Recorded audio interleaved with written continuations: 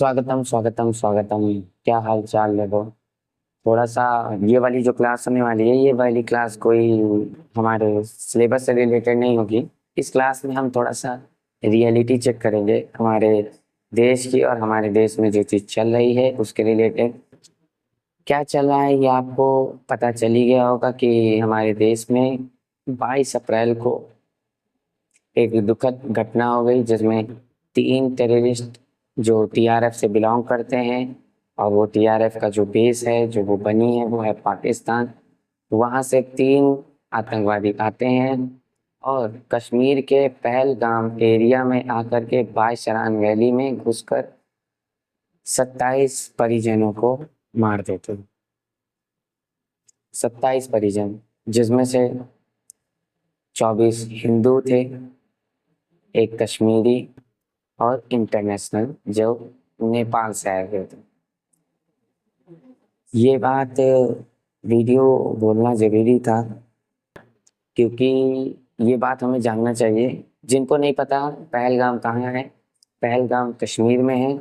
कश्मीर में श्रीनगर से लगभग 90 से 92 किलोमीटर दूरी पर पुलवामा और श्रीनगर के इस साइड, मतलब कि एक ट्रायंगल बन जाता है। मैप में आप लोग देख रहे होंगे।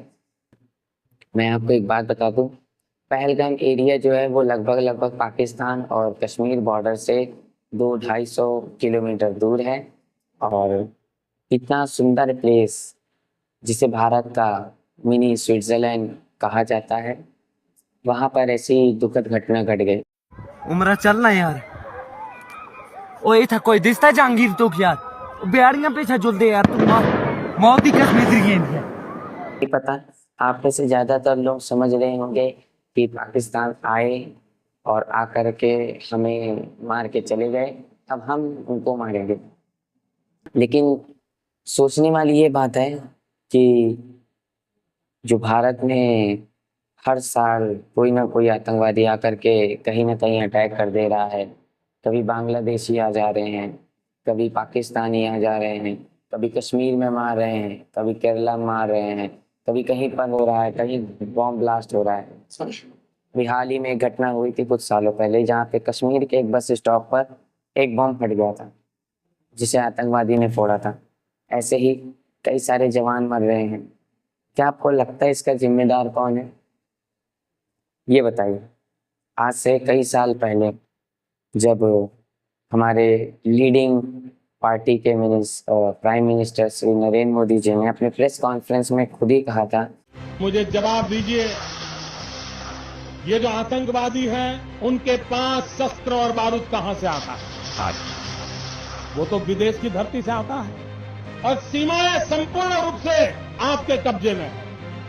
सीमा सुरक्षा बल आपके कब्जे में है कि विदेशों से घुसपैठ भी आते हैं, घुसपैठ के आतंकवादियों के रूप में आते हैं, आतंकवादी घटनाएं करते हैं, भाग जाते हैं। प्रधानमंत्री जी, आप मुझे बताइए, सीमाएं आपके हाथ में है, कोस्टल सिक्योरिटी आपके हाथ में है, बीएसएफ सेना सब आपके हाथ में है, नेवी आपके हाथ में है, ये विदेश से घुसपैठ के कैसे घुस जाते हैं? जब देश में पार्टी आपकी है, हुकूमत आपकी है, पूरा भारत आपका है, पूरा मिलिट्री आपकी है, चाहे वो वायु सेना हो, जल सेना हो या स्थल सेना हो, जब सब आपका है, तो कैसे कोई दूसरे देश का भारत में आकर भारत के ही लोगों को बेवजह मार के चला जा रहा है? आप लोगों ने इसके बारे में इतना भी नहीं सोचा होगा। आपको बस इतना पता है कि टीआरएफ के 3 आतंकवादियों ने आकर के हमला कर दिया, और हमला करके हमारे भारत देश के लोगों को मार दिया, जिनमें से उनका नाम लेके मारा गया, अर्थात उनको पता करा गया कि वो हिंदू हैं कि नहीं। तो मैं जरा आपको डिटेल में ये बता दूं, ठीक है? जिनको नहीं पता, शुरू से हम लोग पढ़ते हैं या इसके बारे में स्टडी करते हैं। आज हम लोग करने वाले हैं पहलगाम केस की स्टडी। पहलगाम एरिया जो है वो कहाँ पड़ता है? जम्मू एंड कश्मीर में, ठीक है ना? जम्मू कश्मीर में एरिया पड़ता है। पहलगाम एरिया में हर वक्त माने 24/7 दो यूनिट फोर्स, चाहे वो सीआरपीएफ हो, चाहे भी वो बीएसएफ के हो, 2 यूनिट फोर्स हर वक्त रहा करती थी, पूरे 24 घंटे, हर महीने, हर समय। परंतु ये जो 2 यूनिट फोर्स थी, ये 22 अप्रैल को क्या कर रही थी? 22 अप्रैल को इन्हें क्या हो गया था जो ये उस वक्त मौजूद नहीं थे? हमला होने के 4-5 घंटे बाद ये पहुंचे। अच्छा, कोई बात नहीं, हो सकता है कि ये ना हो, पर ना वहां पर पुलिस थी, ना वहां पर आर्मी। ऐसा कैसे हो सकता है? कश्मीर ऐसी जगह जहां पे धारा 370 के हटने के बाद अमन का एक जायजा निकल कर आ रहा है, लोग वहां पर घूमने चालू कर दिए हैं, पर हर साल कोई ना कोई हत्या होती रहती है। हर बार हमारे पास मिलिट्री होने के बावजूद, आप अगर कभी भी देखो, आपने न्यूज़ चैनल पर देखा होगा इंटरव्यूज कश्मीरियों का, आपने देखा होगा वहां पर हर थोड़े थोड़े दूर पर एक कमांडो या आर्मी का या बीएसएफ का या सीआरपीएफ का एक हमारा पर्सन खड़ा होता है रक्षा करने, लोगों की सुरक्षा करने। हर वक्त श्रीनगर में भी, चाहे वो श्रीनगर हो, चाहे वो चाहे वो जम्मू कश्मीर का कोई एरिया हो, हर जगह पर मिलिट्री जो है वो तैनात रहती है। पर क्या हो गया था पहलगाम में 22 अप्रैल को, जो वहां पर आर्मी नहीं थी? ऐसा कैसे हो सकता है? और जिन तीन टेररिस्ट ने हम पर हमला करा, उन्हें कैसे पता चला कि 22 अप्रैल को वहां पर कोई भी सिक्योरिटी नहीं होने वाली है? सिक्योरिटी क्या, वहां पे सिक्योरिटी गार्ड तक नहीं था। नो सिक्योरिटी गार्ड माने फुल चूक। ऐसा लग रहा है जैसे स्पीड गेम चल रहा है, सामने आप सारे लोग खड़े हैं और एक क्या कहते हैं आतंकवादी जो देखेगा कि जिसने मूव करा उसे मार दिया जाएगा। रेड लाइट ग्रीन लाइट चल रही है, जो दौड़ा उसे मार दिया जाएगा, है ना? बस यहाँ पे दौड़ा नहीं, यहाँ पे धर्म देखा जा रहा है। ऐसा कैसे हो सकता है कि जहाँ हर वक्त आर्मी रहती हो और 22 अप्रैल को उस समय आर्मी ना हो? ठीक है, अब मैं आपको बात बता दूं, पहलगाम ही क्यों चुना इन लोगों ने? वाई? पहलगाम का ही एरिया क्यों चुना? पहलगाम का एरिया चुनना बहुत आसान था उन लोगों के लिए, क्योंकि पहलगाम एक ऐसा एरिया है जहाँ पर केवल या तो आप पैदल या तो घुड़सवार होकर के ही उस एरिया के अंदर जा सकते हो, वहाँ का जायजा ले सकते हो। वहाँ पे कोई भी प्रकार की व्हीकल्स नहीं जा सकते। इसी से ये पता चल जाता है कि आतंकवादियों का मकसद साफ था, अगर वो हमला करते तो कोई भाग ना पाए, सबको मारा जा सके आराम से। इस वजह से ही उन्होंने पहलगाम को चुना। ठीक है, दूसरी बात करते हैं। 22 अप्रैल को जब ये घटना हुई, ठीक है, सब शोक जता रहे हैं, सब लोग आए। हमारे देश के जो प्राइम मिनिस्टर थे वो दुबई दौरे पर गए हुए थे 2 दिन के लिए, लेकिन उन्होंने अचानक से रात को अपना दौरा खत्म करके कैंसिल करके उन्हें वापस भारत लौटना पड़ा। भारत लौटे वो, उन्होंने अनाउंसमेंट करी कि जो दोषी है उसे छोड़ा नहीं जाएगा। हमारी आर्मी लग चुकी है पकड़ने में, बहुत अच्छा चल रहा है, हम लोगों ने बहुत अच्छी अच्छी चीजें करी, बहुत सब कुछ कर रहे हैं। पर कब तक? हर साल कोई ना कोई आतंकवादी देश में घुसेगा और घुस करके किसी न किसी निर्दोष को मार देगा। जिन परिवारजनों के लोग मरे हैं उनमें से एक कश्मीरी भी है और एक हमारे नेवी के ऑफिसर भी थे जिनकी मृत्यु हुई है, और कई सारे बड़े बड़े बिजनेसमैन भी थे जो वहाँ पे छुट्टियां मनाने गए थे। कोई किसी का बेटा है, कोई किसी का बाप था, कोई किसी का पति था, है ना, कोई किसी का कोई भी रिश्तेदार था। ज्यादातर मैं आपको बता दूं वहाँ पर मेल की ही हत्या करी गई थी, फीमेल को नहीं पकड़ा गया था। फीमेल को ऐसा बोला गया था कि जाओ जाकर आप अपने सरकार को, अपने प्राइम मिनिस्टर को बताओ कि हम ऐसा हमेशा करते रहेंगे। ये तो साफ साफ चुनौती दे दी गई हमको। चलिए, अब 22 अप्रैल को जब ऐसा होता है तो 23-24 अप्रैल को ऑल पार्टी मीटिंग होती है। वहाँ पे हमारे फॉरेन सेक्रेटरी विक्रम मिश्री जो हैं वो तुरंत अनाउंस करते हैं, 5 नोटिस निकालते हैं, जिनमें वो कहते हैं कि पहली नोटिस में वो कहते हैं कि जो हमारी इंडस रिवर ट्रीटी थी 1960 की, उसे होल्ड पर रखा जाता है। मतलब कि जो सिंधु नदी भारत के कश्मीर से होते हुए पाकिस्तान के एरिया को कवर करती थी, उसे वो अब होल्ड पर रख रहे हैं, बंद कर रहे हैं, और उस पर उन्होंने डिमांड मांगी है पाकिस्तान से। जी मैं आपको बता दूं, जो सिंधु नदी की जो समझौता हुआ था ये 1960 में हुआ था पाकिस्तान द्वारा, जब वर्ल्ड बैंक पर रिक्वेस्ट करी गई थी कि भारत के जो समय लीडिंग प्राइम मिनिस्टर थे जवाहरलाल नेहरू, उनके लिए कि जो सिंधु नदी है उसे रोका ना जाए। जब भारत के लोग वहां पर डैम बनाना चालू कर रहे थे तो पाकिस्तान पर ऐसा डर था कि कहीं ये नदी रोक न ले।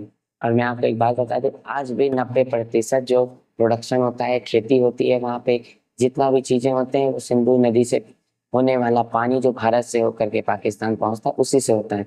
75% जो वहाँ की आवाम है वो इसी से अपना जल का उपयोग करती है, पीने का काम में करती है। लेकिन आपको एक मैं शॉकिंग न्यूज़ बता दे रहा हूँ, हमारी नदी जो हमसे होकर जाती है, हम उसका केवल 20% ही उपयोग में लाते हैं और बाकी 80% पूरा पाकिस्तान को दिया जाता है। ये एक मैजिकल ट्रीटी थी जो पूरे दुनिया में एक शांति को दर्शाती है, ऐसा पहले कहा जाता था और कहा जाता भी है कि इसे इतिहास में रखा जाएगा। क्यों? क्योंकि हमारी ही नदी हमने अपने विरोधियों के कहने पर आधी से ज़्यादा 80% उन्हें दे दी। मतलब हम समझौता इतना चाहते हैं, इतनी शांति चाहते हैं, अमल चाहते हैं कि हमने 80% सिंधु नदी जो है उनके दे दी।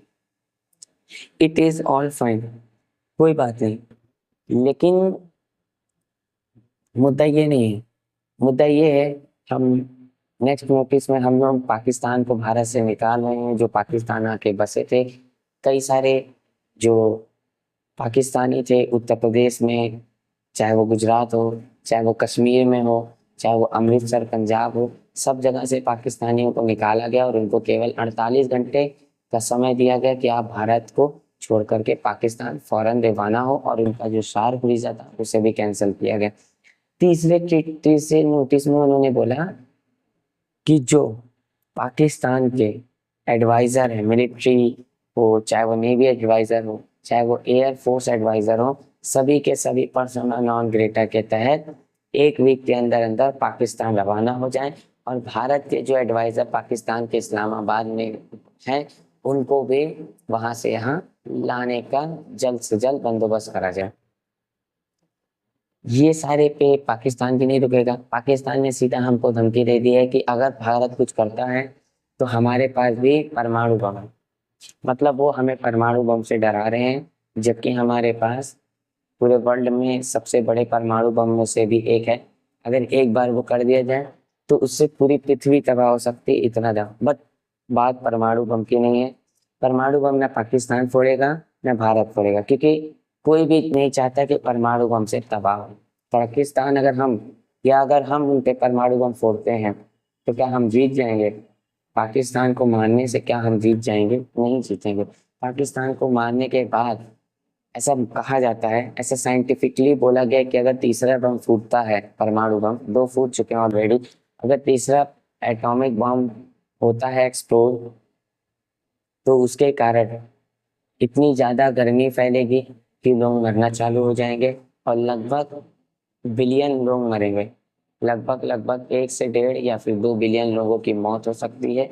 ये तो केवल शुरुआत है, और आगे आने वाले सालों में भी इससे सफ़र करेंगे लोग, विकलांग पैदा होंगे, जैसे हिरोशिमा नागासाकी में ऐसा हुआ था। पर अब वो शहर काफ़ी बदल चुका है। बात ये नहीं है कि हम पाकिस्तान से युद्ध करके उन्हें जीत लेंगे, उन्हें हरा देंगे। बात ये है, इस वीडियो का मकसद ये है कि मैं आपको बताना चाहता हूँ कि आप भारत में हो, भारत के नागरिक हो, आपको ये सवाल पूछना चाहिए के लिए, लेकिन आपको ये बात ज़रूर सोचनी चाहिए कि हम किसी देश से दुश्मनी करने नहीं है। हम नारा लगाते हैं, हमारे चाहे प्राइम मिनिस्टर हो, चाहे चीफ मिनिस्टर हो, चाहे हमारे होम मिनिस्टर हो पूरे देश के, ये वसुधैव कुटुंबकम का नारा लगाते हैं। पूरा देश कहता है हम शांति का प्रतीक हैं, हम बहुत अच्छे से रहते हैं, सबसे प्यार से बात करते हैं, अच्छे से रहते हैं। ये एक डेमोक्रेटिक कंट्री है। पर आपको ये बात ध्यान रखना चाहिए कि ये जो लड़ाई है, इस लड़ाई से कुछ होने नहीं वाला। हालांकि हम भारतीय हैं, अगर हमें नुकसान पहुंचाओगे बार बार तो हम लड़ेंगे जरूर, और ये अच्छी बात है। युद्ध भी लड़ना चाहिए। जब महाभारत में अर्जुन लड़ने से मना कर रहे थे तो कृष्ण जी ने खुद ही उन्हें बोला था लड़ने के लिए। परंतु ये लड़ाई जो है ना, ये धर्म की ओर जा रही है। हम हिंदू मुस्लिम कर रहे हैं। देखो, ये समय ये नहीं है हिंदू मुस्लिम सिख ईसाई करने का। हम सबको एक साथ होकर के ये आवाज लगाना चाहिए कि ठीक है, पाकिस्तान की तो ये है ही भाई, मतलब गधों का वो सोच है उनकी, पता नहीं कैसे है। एक तो अनपढ़ है वो सब, जाहिल गवार। लेकिन हम गवारों से लड़ करके क्यों जीतेंगे? आप खुद ही बताओ, आप खुद ही सोचो, क्या गवारों से जीत करके जीता जा सकता है?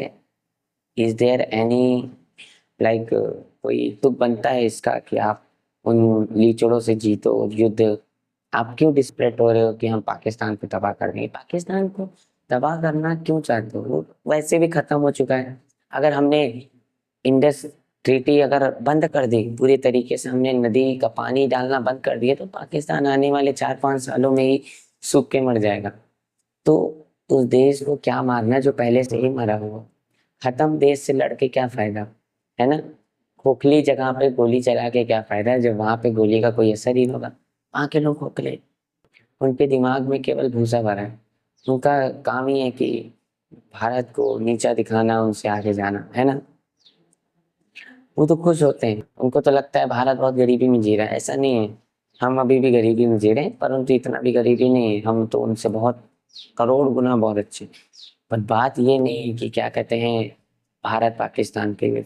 बात ये है कि हमारे पास इतने लोग होने के कारण, इतने टाइट सिक्योरिटी होने के कारण, कहाँ हम अपने आप को पावरफुल देश में नंबर 3-4 मानते हैं। बट कहाँ है ये पावरफुल? ऐसा दूसरे देशों में क्यों नहीं होता? अगर दूसरे देशों में होता भी है तो एक्शन लिया जाता है, तो क्यों नहीं हो रहा है ऐसा? ऐसा क्यों नहीं हो रहा कि हमारा देश, हमारा मुल्क और इसके आर्मी हमारे, सब कुछ हमारा है, परंतु फिर भी एक आतंकवादी दूसरे देश से भारत आता है, बंदूक लेता है, बम लेता है, हथियार लेता है, प्लानिंग करता है ना? प्लानिंग करता है और फिर अटैक करता है और बच के भाग जाता है। आज तीसरा दिन हो गया, चौथा दिन हो गया, सॉरी, आज 27-28 तारीख है और 22 तारीख को मरे थे लोग। आज लगभग 4-5 दिन बीत चुके हैं और अभी भी उनमें से किसी भी आतंकवादी को ढेर नहीं करा गया। सोचो, पाकिस्तान से आतंकवादी देश में आते हैं, यहाँ के लोगों को मारते हैं, और इसी देश से अभी कोई बाहर नहीं गया है जहाँ तक मुझे लगता है। उनका स्केच निकल चुका है, उनकी फोटो निकल गई तो आए, तो जहाँ तक मुझे पता है अभी वो अपने देश नहीं भागे होंगे। परंतु यहाँ मारने के बाद अभी तक वो पकड़े नहीं गए।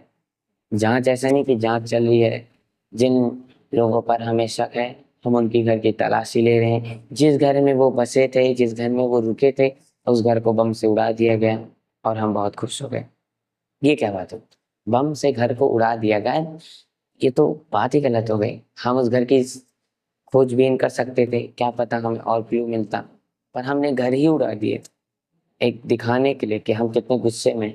अरे उस घर की फिंगरप्रिंट्स लेते, डीएनए ले सकते थे, उस घर में कुछ भी फाइलें मिल सकती थी, इंपॉर्टेंट चीज़ें मिल सकती थी, क्या पता सेल फोन मिल जाए, क्या पता कोई ऐसा क्लू मिल जाए जिससे हमें पता चल जाए कि ये कनेक्शन कहाँ से कहाँ तक बढ़ा हुआ है।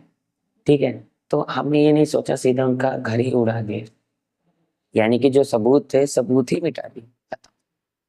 तो आपको ये आवाज़ उठानी चाहिए कि भारत की इतनी टाइट सिक्योरिटी होने के बावजूद लोग भारत में घुस रहे हैं। और क्यों घुस रहे हैं? हजारों हजारों की संख्या में पाकिस्तानी गुजरात में देखे गए। ऐसा क्यों हो रहा है? इसके पीछे कुछ ना कुछ तो वजह होगी ना। इस पे आवाज़ उठाइए, और यही बस कहना था। तब तक के लिए अगले वीडियो में मिलते हैं। जय हिंद, जय भारत।